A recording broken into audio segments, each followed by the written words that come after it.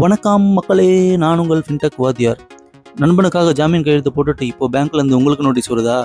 அவர் கட்டாத கடனுக்கு உங்களை ஜெயிலுக்கு அனுப்புவாங்களா? தப்பிக்க வழியே இல்லையா?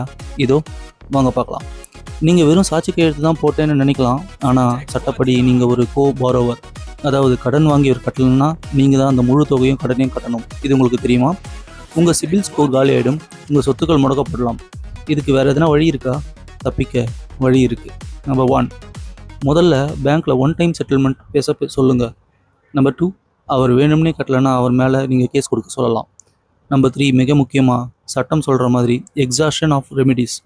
அந்த சட்டத்தின்படி முதல்ல கடன் வாங்கிய சொத்தை தான் பேங்க் ஏலம் விடணும். எடுத்த உடனே உங்ககிட்ட வர முடியாது. இதை ஞாபகம் வச்சுக்கோங்க. இனிமேல் யாருக்காவது ஜாமீன் கையெழுத்து போடும்போது யோசிங்க. இந்த ரகசியம் உங்கள் நண்பர்களுக்கு தெரியணும்னா உடனே ஷேர் பண்ணுங்கள். நம்ம ஃபின்டெக் வாத்தியார் சேனலில் சப்ஸ்கிரைப் பண்ணுங்கள். இதுபோல் பயனுள்ள தகவல்களை நம்ம சேனல் சப்ஸ்கிரைப் பண்ணி மக்களுக்கு தெரியப்படுத்த உதவுங்க. நன்றி, வணக்கம்.